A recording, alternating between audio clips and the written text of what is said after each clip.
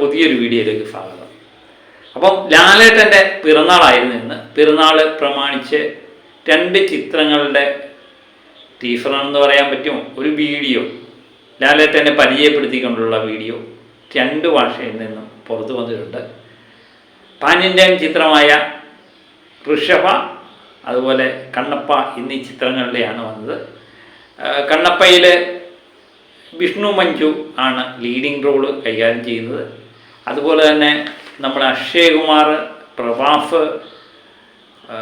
ലാലേട്ടൻ എന്നീ മികച്ച താരങ്ങൾ തന്നെയാണ് ഈ ചിത്രത്തിൽ അഭിനയിക്കുന്നത്. അപ്പോൾ ഈ ചിത്രം എല്ലാ ഭാഷയിലും റിലീസ് ചെയ്യുന്നുണ്ട്. എനിക്ക് തോന്നുന്നു ജൂൺ 27-നാണ് എന്ന് തോന്നുന്നു റിലീസിംഗ് ഡേറ്റ് നിശ്ചയിച്ചിരിക്കുന്നത്. അവർ നേരത്തെ തന്നെ ഇതിൻ്റെ പ്രൊമോഷൻ വർക്കുമായിട്ട് മുന്നോട്ട് പോകുന്നുണ്ട്. ഒക്കെയായിട്ട് ലാലേട്ടനെ അവതരിപ്പിച്ചിരിക്കുന്നത് വളരെ രസകരമായി തോന്നി. കിരാത എന്ന് പറയുന്ന കഥാപാത്രമാണ് മോഹൻലാൽ അവതരിപ്പിക്കുന്നത്. ശിവൻ്റെ ഒരു പര്യായമായിട്ട് വരുമെന്ന് തോന്നുന്നു. അപ്പോൾ അതെങ്ങനെ ലാലേട്ടനെ അവതരിപ്പിക്കുന്നു എന്നുള്ളത് ചിത്രം വന്നതിന് ശേഷം മാത്രമേ പറയാൻ പറ്റൂ. ഈ അന്യഭാഷകളിലൊക്കെ ലാലേട്ടൻ അവതരിപ്പിക്കുമ്പോൾ വേറെ ഒരു തരത്തിലാണ് ലാലേട്ടനെ അവതരിപ്പിക്കുന്നത്. പക്ഷെ നമുക്കത് എന്തുമാത്രം ഇഷ്ടപ്പെടും എന്നൊന്നും നമുക്കറിയില്ല. ഏതായാലും ആരാധകരെ സംബന്ധിച്ച് വലിയ പ്രതീക്ഷയൊന്നും ഇല്ലാതെ കാത്തിരിക്കുന്ന ചിത്രമാണ്. കിട്ടിയ ഊട്ടി അല്ലെങ്കിൽ ചട്ടി, അല്ലേ? ആ അവസ്ഥ തന്നെയാണ് ഈ 2 ചിത്രങ്ങളോടും കാണിക്കുന്നത്. മലയാളത്തിൽ എടുക്കുമ്പം മോഹൻലാലിൻ്റെ വേറെ ഒരു മുഖവും, അന്യഭാഷയിലേക്ക് അവർക്ക് കൃത്യമായിട്ട് മോഹൻലാലിനെ പ്രൈസ് ചെയ്യാൻ പറ്റാതെ വരികയും ചെയ്യുന്നുണ്ട്. മോഹൻലാലിൻ്റെ മറ്റു പല ഭാഷയിൽ നിന്ന് വരുന്ന ചിത്രങ്ങൾ കാണുമ്പോൾ നമുക്ക് മനസ്സിലാവും. ഏതായാലും ഈ 2 ചിത്രങ്ങൾ, ഋഷഭ എന്ന ചിത്രത്തിലെ മോഹൻലാൽ നായക കഥാപാത്രമായിട്ടാണ്. നന്ദകിഷോർ എന്ന് പറയുന്ന സംവിധായകൻ, രചനയും സംവിധാനവും നിർവഹിക്കുന്ന ചിത്രം ആണിത്. വലിപ്പം കൊണ്ടും വമ്പിച്ച താരനിര കൊണ്ടുമൊക്കെ വലിയ ബഡ്ജറ്റ് ഇറങ്ങുന്ന ചിത്രമാണ്. അതൊരു എല്ലാ ഭാഷയിലും അത് ഇറക്കുന്നുണ്ട്.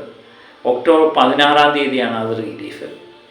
അതുമായിട്ട് ബന്ധപ്പെട്ട വിവരങ്ങളും ലാലേട്ടൻ തന്നെയാണ് ഇന്ന് പിറന്നാൾ ദിനത്തിൽ പങ്കുവച്ചേക്കുന്നത്.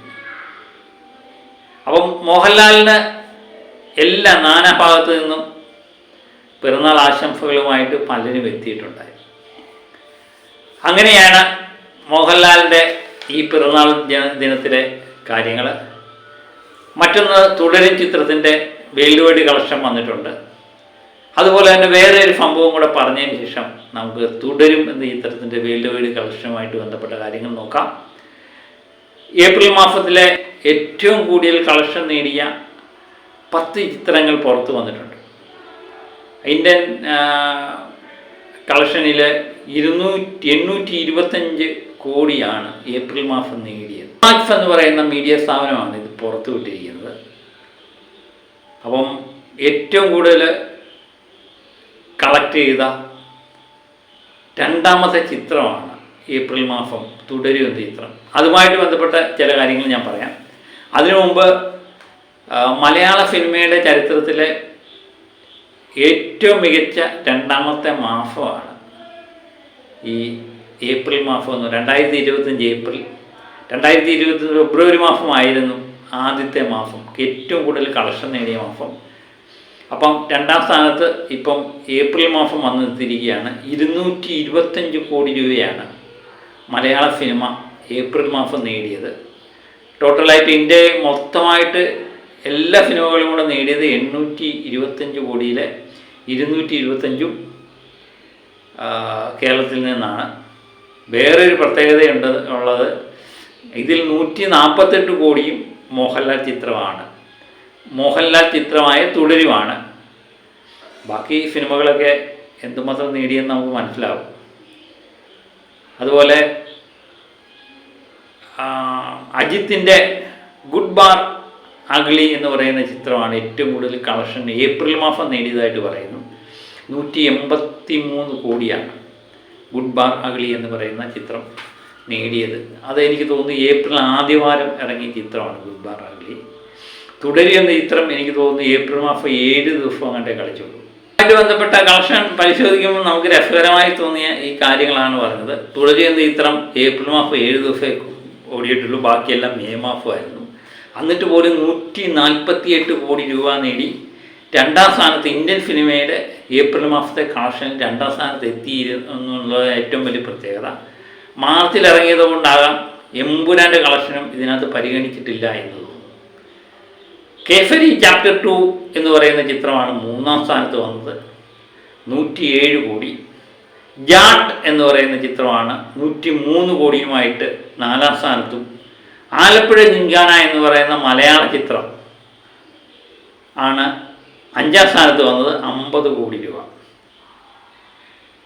പിന്നെ 2 മലയാള ചിത്രങ്ങളും കൂടെ മരണമാഫ് 22 കോടി രൂപയുമായിട്ട് 7ാം സ്ഥാനത്തും. 10ാം സ്ഥാനത്ത് നമ്മുടെ മമ്മൂട്ടി നായകനായ ബഫൂക്കയാണ് 14 കോടി രൂപ. അപ്പം ബഫൂക്ക 14 കോടി രൂപയെ കളക്ട് ചെയ്തിട്ടുള്ളൂ. അപ്പോൾ 20-25 എന്നൊക്കെ പറഞ്ഞത് എവിടെ പോയി നിൽക്കുന്നു എന്നുള്ളതാണ് വേറൊരവസ്ഥ.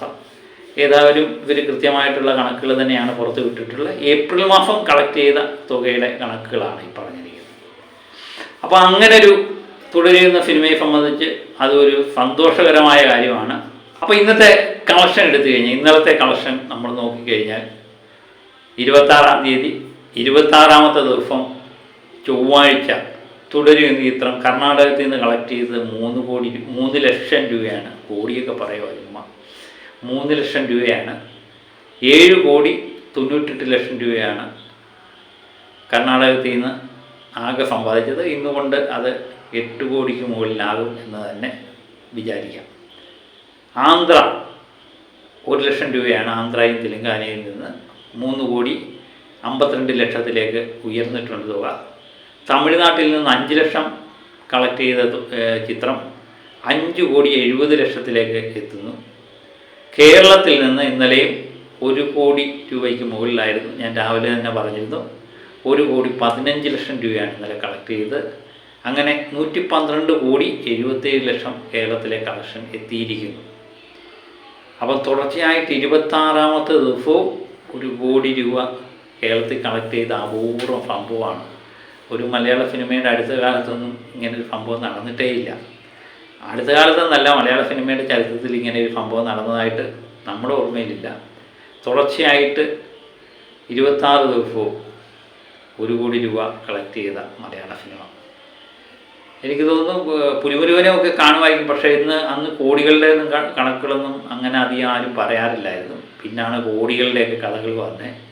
ട്രസ്റ്റ് ഓഫ് ഇന്ത്യയിൽ നിന്ന് 1 ലക്ഷം കളക്ട് ചെയ്ത ചിത്രം